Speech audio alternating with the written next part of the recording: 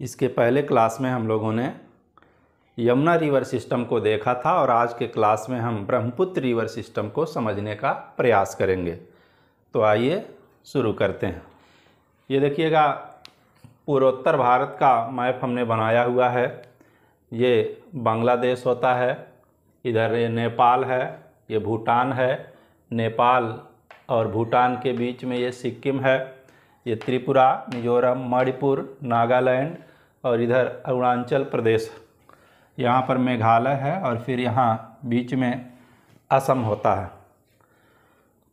तो इसमें हम लोग देखेंगे कि ब्रह्मपुत्र नदी कहाँ से निकलती है और उसके कई नाम होते हैं, किस स्थान पर उसके क्या नाम हैं, और फिर गंगा नदी में मिल कर के वो किस प्रकार से बांग्लादेश से होती हुई बंगाल की खाड़ी में जा गिरती है। पहली चीज़ ये देखें कि यहाँ पर एक ग्लेशियर होता है तिब्बत में, जिसको चुमयुंगडुंग कहा जाता है। यहाँ तिब्बत में एक ग्लेशियर होता है जिसको चेमायुंगडुंग कहा जाता है, और इसी चेमायुंगडुंग के आंगासी ग्लेशियर, चेमायुंगडुंग एक बड़ा पार्ट है, उसी का एक भाग होता है आंगसी ग्लेशियर, और इसी आंगसी ग्लेशियर से ब्रह्मपुत्र नदी निकल कर के पूरब की ओर प्रवाहित होते हुए इस प्रकार से आती है। तिब्बत में इसका नाम ब्रह्मपुत्र नहीं होता है, बल्कि तिब्बत में इसको सांगपो कहा जाता है, और अरुणाचल प्रदेश से ये भारत में इंटर करती है। अरुणाचल प्रदेश में इस नदी का नाम दिहंग कहा जाता है, दिहंग। उसके बाद यहाँ पर सदिया है, असम में सदिया से लेकर के धुवरी तक, ये असम वाले क्षेत्र में इस नदी को ब्रह्मपुत्र नाम दिया गया है। तो ब्रह्मपुत्र नाम कहाँ दिया गया है? असम में ब्रह्मपुत्र, ब्रह्मपुत्र। और उसके बाद ये देखिए, धुवरी से अचानक ये दक्षिण की ओर मुड़ जाती है, और बांग्लादेश में इसको ब्रह्मपुत्र नदी को जमुना नदी कहा जाता है। हमने बताया था गंगा को कि गंगा नदी को बांग्लादेश में पद्मा कहते हैं, और ब्रह्मपुत्र नदी को बांग्लादेश में जमुना कहते हैं। तो इसके 4 नाम हो गए। तिब्बत में इसको सांगपो कहा गया, अरुणाचल प्रदेश में इस नदी को दिहंग कहा गया, असम में ब्रह्मपुत्र नाम पड़ा, और बांग्लादेश में इसको जमुना नदी कहा जाता है। तो ये हो गए इसके नाम। अब हम देखें ये कितने देशों में बहती है। तो तिब्बत 1, भारत में आई ये 2, और बांग्लादेश में 3। तो ये 3 देशों में इसका प्रवाह क्षेत्र है, लेकिन इसका अपवाह क्षेत्र अगर हम देखेंगे तो इसमें 4 देश शामिल हो जाएंगे। ये 3 तो हैं ही, तिब्बत, भारत और बांग्लादेश। भूटान भी इसमें शामिल हो जाएगा, क्योंकि भूटान से नदियां निकल करके आती हैं और ब्रह्मपुत्र नदी में मिलती हैं। तो भूटान का भी पानी इस ब्रह्मपुत्र नदी में आता है। तो इस प्रकार से हम देख रहे हैं कि ब्रह्मपुत्र नदी तिब्बत, भारत और बांग्लादेश 3 देशों में बह रही है, जबकि इसका अपवाह क्षेत्र जो होता है ये 4 देश में, तिब्बत, भारत और बांग्लादेश तो है ही, इसके साथ साथ भूटान भी होता है। और ब्रह्मपुत्र नदी की लंबाई की अगर हम बात करते हैं तो इसकी लंबाई जो होती है 2900 किलोमीटर, 2900 किलोमीटर ये लंबी नदी है, लंबाई है। लेकिन इसका अधिकांश भाग हम देख रहे हैं कि ये तिब्बत में प्रवाहित हो रहा है। भारत में जो इसकी लंबाई है ये अरुणाचल प्रदेश से लेकर के धुबरी तक ये 916 किलोमीटर, लगभग 916 किलोमीटर ये भारत में बहती है, भारत में। इसका अधिकांश भाग कहाँ पे बह रहा है? ये तिब्बत में। और इसकी क्या विशेषता है कि ब्रह्मपुत्र नदी जो होती है असम में गुम्फित जलमार्ग बनाती है। ये गुम्फित जलमार्ग क्या होता है इसको समझिए। गुम्फित, असम में यह गुम्फित जलमार्ग बनाती है, जलमार्ग। गुम्फित जलमार्ग देखिएगा क्या होता है कि मान लीजिए ऐसे ये नदी जा रही है, जा रही है। तो चूँकि इसका वेग बहुत ज़्यादा होता है और ये आप देख रहे हैं कि नामचा बरवा है, हिमालय की सबसे पूर्वी स्थित चोटी इसको नामचा बरवा कहते हैं। और यहाँ से ये नदी दक्षिण की ओर मुड़ी है और यहाँ पर बहुत ज़्यादा कटान करती है और इसका पानी का वेग जो होता है वो बहुत ज़्यादा होता है। तो कटे हुए मलबे को क्या करती है, अपने रास्ते में ये जमा कर लेती है। अपने रास्ते में जब मलबा जमा हो जाएगा तो ये क्या करेगी, अपने मार्ग को बदल लेगी। कुछ पानी इधर चला जाएगा, कुछ पानी इधर चला जाएगा, फिर जा कर के कहीं ये मिल जाएगा, फिर यहाँ से यहाँ पर भी वही होगा। तो इस प्रकार से ये आगे बढ़ती है। तो इस प्रकार के जलमार्ग को गुम्फित जलमार्ग कहते हैं। इसमें कई शाखाएं हो जाती हैं, कई धाराएं बन जाती हैं, जिससे इस नदी की चौड़ाई बहुत ज़्यादा हो जाती है और कहीं कहीं पे तो 7-7, 8-8 किलोमीटर इसकी चौड़ाई हो गई है। ठीक है, तो ये गुम्फित जलमार्ग होता है। और यहाँ पर देखेंगे, यहाँ असम में ये बहुत सारे द्वीपों का निर्माण करती है, लेकिन इसमें जो सबसे प्रमुख द्वीप है इसको माजुली कहा जाता है। क्या कहते हैं, माजुली द्वीप होता है ये। और यह विश्व का सबसे बड़ा नदी द्वीप है, माजुली द्वीप। माजुली क्या है, यह विश्व का सबसे बड़ा नदी द्वीप। जैसे ग्रीनलैंड विश्व का सबसे बड़ा द्वीप होता है और यह नदी द्वीप है, नदी के द्वारा निर्मित द्वीप है। कौन सी नदी बना रही है, ब्रह्मपुत्र नदी बना रही है। कहाँ पर बना रही है, असम में। और इस द्वीप का नाम है माजुली द्वीप। चूँकि नदी इस द्वीप का निर्माण कर रही है इसलिए इसको नदी द्वीप कहा जाता है। और ये बहुत ज़्यादा उपजाऊ क्षेत्र है। और हिमालय पर्वत देखिए ऐसे गया है यहाँ पर, फिर यहाँ अरुणाचल प्रदेश से ऐसे नीचे की ओर मुड़ गया है इस प्रकार से। तो ये नदी भी उसी के सहारे, हिमालय पर्वत के सहारे से जाती है और फिर यहाँ पर एक दर्रा होता है, उस दर्रे से ये होती हुई ऐसे मुड़ जाती है। ठीक है, तो इधर भी ऊंचा पर्वत है, इधर भी पर्वतीय भाग है, इधर भी पर्वतीय भाग है और यहाँ पर शिलांग का पठार है। तो असम वाला पार्ट ही केवल डाउन है, इधर भी ऊंचा भाग है, इधर भी पर्वत हैं और ये पठार भी ऊंचा है। तो असम घाटी, यहाँ पर असम घाटी का निर्माण हुआ है और सबसे डाउन पार्ट इस पूर्वोत्तर क्षेत्र का जो होता है वो असम होता है। इसलिए अगल बगल से आकर के सारी नदियाँ यहीं पर इसी नदी में आकर के मिलती हैं। अब हम लोग देखेंगे कि कुछ नदियाँ इस ब्रह्मपुत्र नदी में दाईं ओर से और कुछ नदियाँ आकर के बाईं ओर से मिल रही हैं। तो इसमें कौन सी नदी दाईं ओर से मिलती है और कौन सी नदी बाईं ओर से मिलती है, इसको हम समझने का प्रयास करेंगे। ठीक है, यहाँ पर देखिएगा एक नदी है, ये लोहित नदी है। लोहित नदी, ये लोहित नदी है। ये तिब्बत से, कहाँ से निकल के आ रही है, तिब्बत से निकल कर के आ रही है और बाईं ओर से इस ब्रह्मपुत्र नदी पे मिल जा रही है लोहित नदी। तो ब्रह्मपुत्र की एक प्रमुख सहायक नदी है लोहित नदी।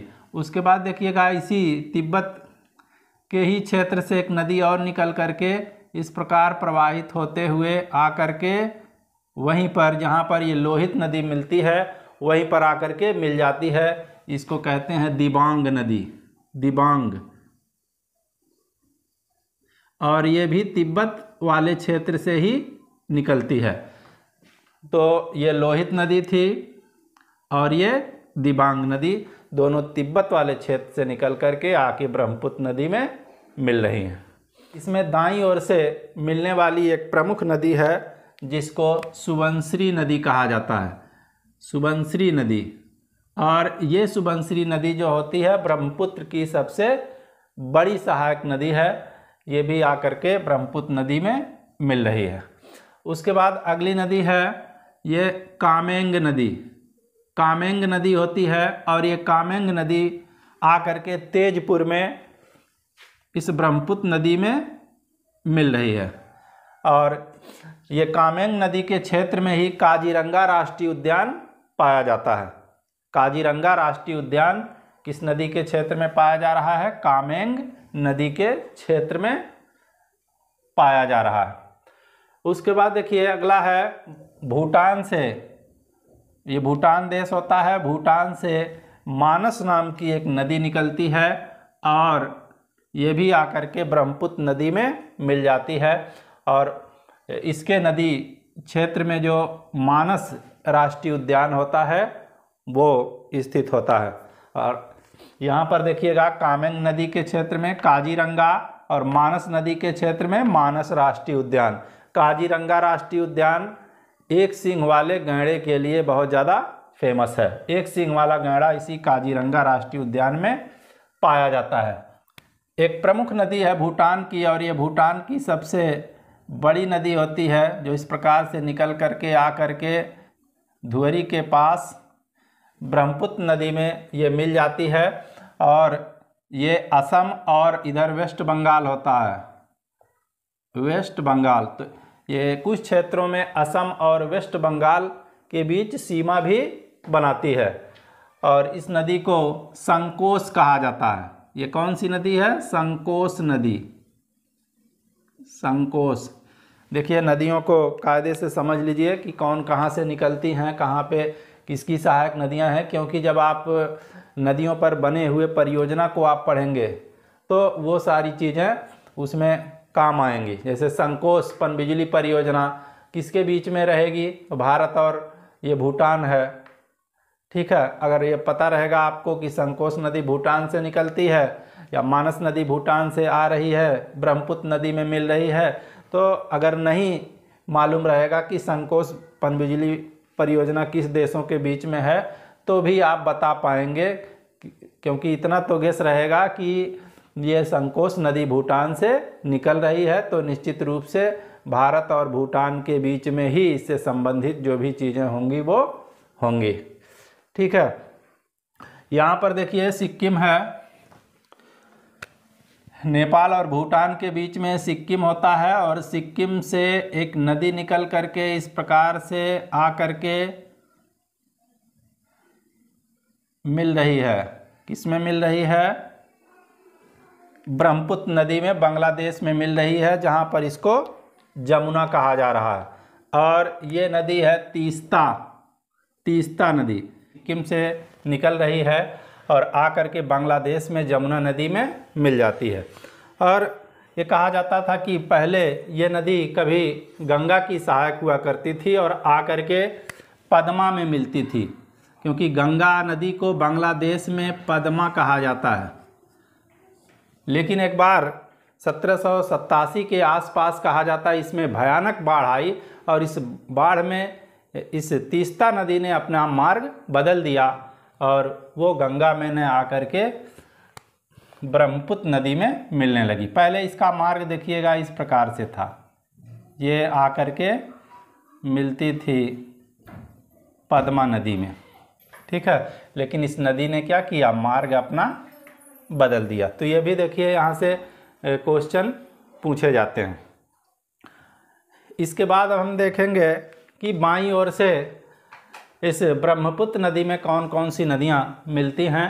तो दो नदी को हमने देखा, दिबंग नदी और लोहित नदी, ये दोनों तिब्बत क्षेत्र से निकल करके आती हैं और दोनों बाईं ओर से इस ब्रह्मपुत्र नदी में मिल जाती हैं। अगली नदी है धनश्री नदी, ये भी नागालैंड से निकल करके आ करके इस ब्रह्मपुत्र नदी में मिल जा रही है। मणिपुर से एक नदी देखिएगा इस प्रकार से निकलती है और इधर कैंची मोड़ बनाती है, कैंची नहीं होता है, कैंची की तरह से मोड़ बनाती हुई आ करके इस पद्मा और जमुना दोनों की जो संयुक्त जलधारा है इसमें आ करके मिल जाती है। इसको बराक नदी और बांग्लादेश में मेघना नदी या इसको सुरमा नदी भी कहा जाता है। तो यहाँ पर सारी जलधारा यानी पद्मा, जमुना और मेघना आपस में एक में मिल जाती हैं और संयुक्त जलधारा को मेघना कहा जाता है और मेघना नाम से ये बंगाल की खाड़ी में गिर जाती है। बरसात के मौसम में बराक नदी में बहुत ज़्यादा पानी हो जाता है और जिसके कारण ये बहुत ज़्यादा बाढ़ लाती हैं। बांग्लादेश में आप देखेंगे कि बांग्लादेश पूरा का पूरा मैदानी क्षेत्र होता है, मैदान होता है। यहाँ पर कोई पर्वत नहीं पाए जाते हैं, इसलिए बांग्लादेश में वर्षा नहीं हो पाती है। फिर भी बांग्लादेश में बाढ़ें आती हैं। बांग्लादेश में वर्षा नहीं होती है, फिर भी बांग्लादेश में बाढ़ आती है, क्योंकि आप देख रहे हैं कि ये सारी बड़ी बड़ी नदियाँ आकर के बांग्लादेश में ही, चूँकि ये डाउन पार्ट होता है, तो बांग्लादेश होती हुई बंगाल की खाड़ी में आकर के गिरती हैं और ये विश्व के सबसे बड़े डेल्टे का निर्माण करती हैं, जिसको गंगा ब्रह्मपुत्र का डेल्टा कहा जाता है। और इस गंगा ब्रह्मपुत्र के डेल्टे में सुंदरी नामक वृक्ष सबसे ज़्यादा मात्रा में पाए जाते हैं, इसलिए गंगा और ब्रह्मपुत्र के डेल्टा को सुंदरवन का डेल्टा भी कहा जाता है। सुंदरवन सदाबहार प्रकार की वनस्पतियां होती हैं और ये नमकीन, यहाँ पर लमड़ी जल होता है। खारे जल में उगने वाली वनस्पतियों को हैलोफाइट कहा जाता है। हैलोफाइट, हैलो बना है, देखिए ये साइंस में आप पढ़ते होंगे हैलोजन। हैलोजन में फ्लोरीन, क्लोरीन, ब्रोमीन, आयोडीन, ये सब नमक वाले होते हैं। खारे जल में उगने वाली या नमकीन जल में उगने वाली वनस्पतियों को हैलोफाइट वनस्पति कहा जाता है। जबकि शुष्क क्षेत्रों में, जहाँ पर वर्षा की मात्रा बहुत कम होती है, ऐसे क्षेत्रों में उगने वाली वनस्पतियों को जीरोफाइट या मरुद्भिद वनस्पति कहा जाता है। इसमें एक दो चीज़ें और हैं जो इम्पॉर्टेंट हैं। कहा जाता है कि ये ब्रह्मपुत्र नदी जो होती है ये रैंप घाटी में बहती है। तो रैंप क्या होते हैं, आप देखे होंगे कि मॉडल लोग जिस पर कैटवॉक करते हैं, चलते हैं स्विम सूट पहन करके, तो वो सकरा मार्ग होता है और अगल बगल लोग खड़े रहते हैं, बैठे रहते हैं उनको देखने के लिए। तो उसी प्रकार से ये ब्रह्मपुत्र नदी असम में रैंप घाटी में प्रवाहित होती है और इसके उत्तर में हिमालय पर्वत है और दक्षिण में शिलांग का पठार है। इसका उद्गम, देखिए ब्रह्मपुत्र नदी के उद्गम की अगर बात की जाए, अगर हम पर्वत की बात करते हैं तो ये कैलाश रेंज यहाँ पर होता है और ग्लेशियर है चेमायुंगडुंग और अंगासी ग्लेशियर भी उसी का भाग होता है। और भारत में इसके दो नाम हैं। अरुणाचल प्रदेश में इसको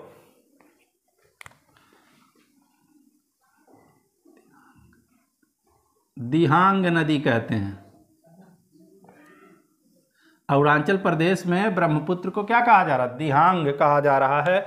और यहाँ धुवरी से लेकर के सदिया तक असम में इसका नाम ब्रह्मपुत्र होता है और बांग्लादेश में इसको ब्रह्मपुत्र नदी को जमुना नदी कहा जाता है।